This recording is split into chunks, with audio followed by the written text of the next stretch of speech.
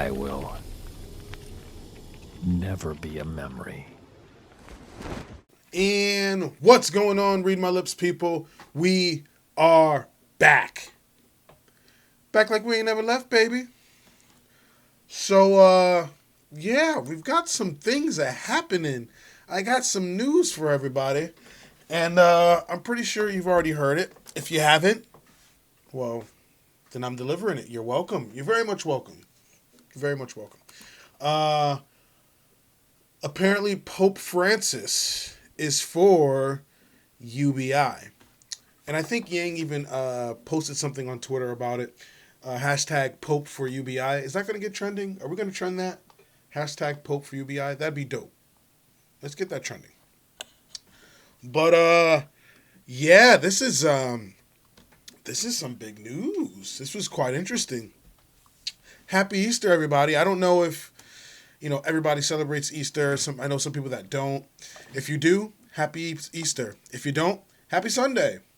But yeah, this news dropped today on Easter Sunday.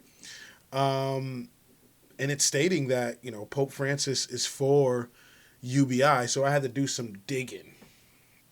And so I'm going to read you what I read. And you guys let me know what you think. So from what I've read, it's saying that Pope Francis suggested that it might be time for countries to consider a universal basic wage to help ameliorate the worldwide economic disruption to workers caused by the ongoing COVID-19 outbreak. The Pope, who is known for his focus and powerful advocacy on behalf of the world's poorest and most marginalized people, devoted significant portions of both his Easter address at the Vatican and his letter to social movement leaders to highlight the plight of the working class in this crisis. This may be time to consider a universal basic wage, which would acknowledge and dignify the noble, essential tasks you carry out. And this is what the Pope wrote in his letter. It would ensure and concretely achieve the ideal, at once so human and so Christian, of no worker without rights. In his letter, Pope Francis also noted that some of the lowest wage workers have been excluded from the benefits of globalization and often slip through the cracks of existing labor protections, writing that street vendors, recyclers, carnies, small farmers, construction workers, dressmakers, and a different kind of caregivers, you have no steady income to get you through this hard time, and the lockdowns are becoming unbearable. Tell me about it. Look at this. I have to find an underground barber. I'm gonna have to go through some alleyway, some dark alleyway, and be like, "Yo, you got haircuts?" And there's gonna be some guy in a trench coat, and he's gonna open his jacket, and it's gonna have razors and.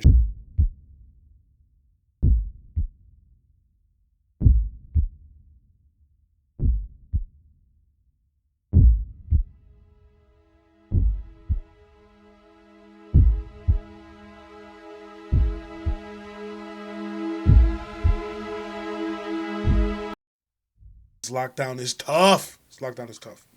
Over a dozen countries are implementing or experimenting with some form of temporary or permanent universal basic income in response to the economic devastation and massive unemployment in many places caused by the outbreak.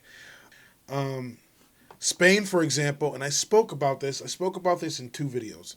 Spain, for example, is moving towards permanently establishing a universal basic income program specifically targeted to its poorest citizens and families in the wake of the coronavirus outbreak. Now, again, I'll reiterate, all through our articles, all through media, anybody talking about Spain implementing basic income, they're all calling it universal basic income.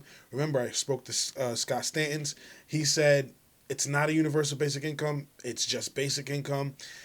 And again, it's not really a universal basic income because it's not for everybody. That was the issue with Tulsi Gabbard. She said UBI, but it wasn't UBI because not everybody got it. Same thing if Congress and whatnot would have passed reoccurring money for everybody. That wouldn't have been a universal basic income because they had put a cap on who would receive the money. So Spain, they're calling it a UBI. It's not UBI. It's close to it, but it's not a UBI. But regardless, it's a step in the right direction. And the Pope is calling for this. The Pope is calling for it. Yeah, Yang was tweeting about this. I saw just recently. Yang was tweeting about it. He's happy about it. And, you know, I'm glad. The more people that speak about this, the more people that bring it up, the better. And I had caught myself getting really defensive. Because they'd point out somebody that was talking about UBI and be like, oh, this is a great idea. And I'm like, hey, great idea. Yang was talking about this. Of course it's a great idea. What are you talking about? But I have to keep reminding myself that as popular as he is to us, and I think he's got like 1.3 million Twitter followers, and, you know, we have a lot of people in the Yang gang, even though I think we're kind of fractioned off at this time. It's still Yang gang. We're still voting Yang. We still love Yang. Yang 2024. But I found myself, you know, having to remind myself that not everybody knows about Andrew Yang. And, you know, if somebody else is talking about UBI, it's a good thing. So Pope Francis talking about UBI is a good thing. I hope more people are tuned into it. I've seen it shared all over social media on Facebook and stuff like that. That Pope Francis is for it, and people are liking it, and they're hearting it, and all this other stuff. So this is dope. This is the direction we want to see. Now he said that message. How will the media react to it? What will their thoughts be on it? I don't know. I think it's pretty up in the air, and it should be quite interesting to see what they do with this message. So, in other news, I saw a video today that that really pissed me off, and I really had to cool down from it. And I'm sure some of you guys might have seen it too. So there was an Asian man sitting on a bus, or I think it's a bus, maybe a bus. I don't think it's a train. But either way, he was sitting down on and commuting somewhere, and there was a gentleman that was verbally attacking him, and then he physically attacked him. He slapped him in the face, and he was saying all sorts of horrendous shit. I'm going to play that video for you because I want you to see it if you already haven't, and then we're going to come back and we're going to talk about it. Punch you down in your seat. Punch you down.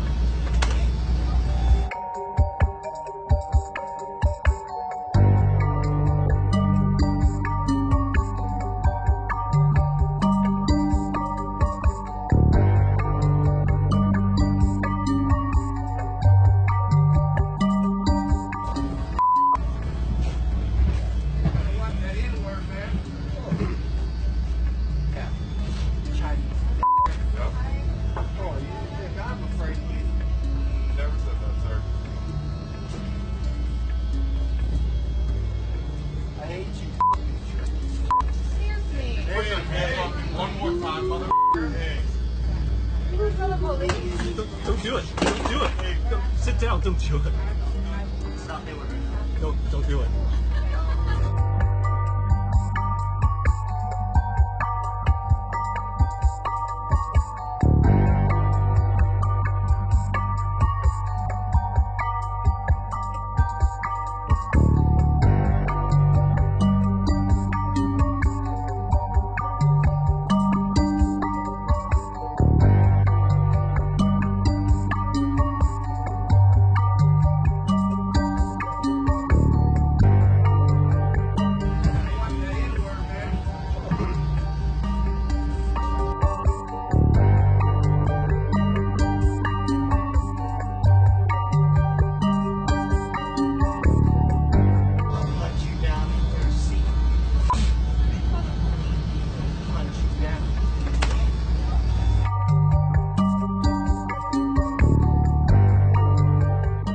So, that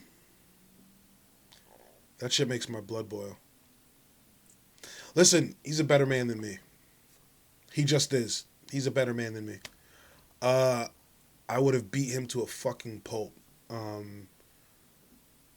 But that guy he has the patience of a saint. That guy showed patience.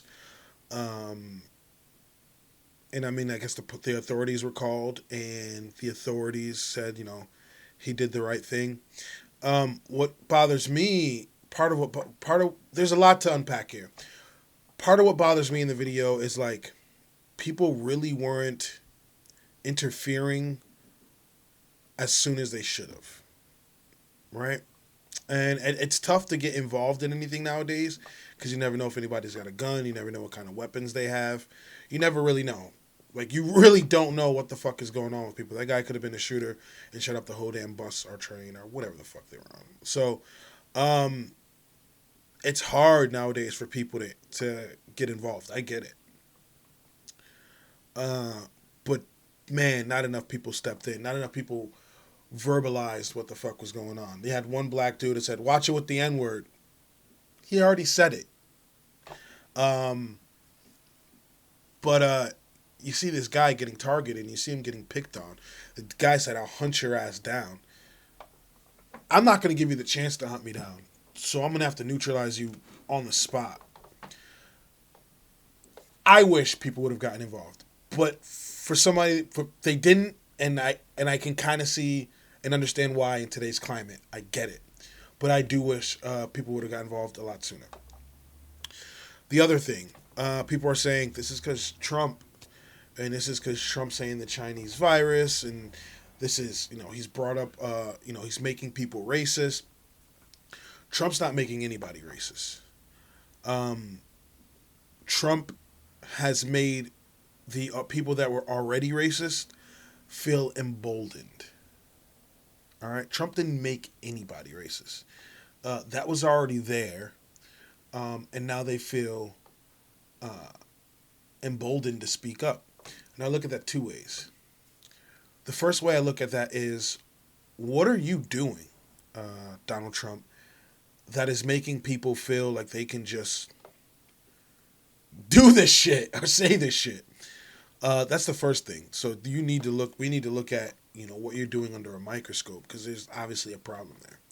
The second thing is, I'd rather know who the fuck doesn't like me than not, if I'm being honest with myself. So if you don't fuck with me, if you don't like me because of the color of my skin, if you don't like me for whatever fucking reason, I'd rather know. Instead of playing these games, pretending it's kumbaya, let me know that you don't fuck with me. So that is a small shining light. If you don't like me for whatever reason, verbalize it so I know how to move around you. But yeah, this is not okay. I don't know if the guy was caught or if the guy, if charges were pressed. I really don't know. I would like to see a follow-up on that. But this dude had a lot of nerve to put your hands on that man and slap him in the face. And this goes back to what we were talking about Asians being targeted. And it's not okay. And maybe with me, maybe if somebody's bothering me, I don't know, I can take that a lot easier than watching somebody else get bothered or targeted. I don't know if anybody else is like that, but it really irked me and it really rubbed me the wrong way. And this guy's a pussy. And man, not okay. Not okay. So yeah, I just wanted to bring you that video. Some good news and some bad news. The good news, the Pope is for UBI. The bad news, this shit is running rampant about Asians being targeted. And this is why Yang did catch a lot of backlash. That guy sitting there couldn't prove his Americanness any more or any less. He was minding his own goddamn business. So that's why it's not okay. And please, for the love of God, if you see someone getting targeted or bullied, call it out. Call it out, because it's hard enough right now in general. It was hard enough with this virus on top of how hard it was prior. We don't need people bullying or picking on other people. We really don't. I'm not fucking okay with it. So, yeah, I just wanted to bring you that. And yeah, let me know what you think in the comments. You know, I'm always down to hear what you guys have to say. Now, the next video I have, part of that video, because I have gotten a lot of, you guys have given me a lot to think about, and I'm going to think about it some more, and it was about voting for Biden and stuff like that, and why we should do it, and, you know, all this other stuff. I'm going to discuss that in the next video. I just felt it didn't really apply to this video. I'm going to talk about that in the next video and some other things.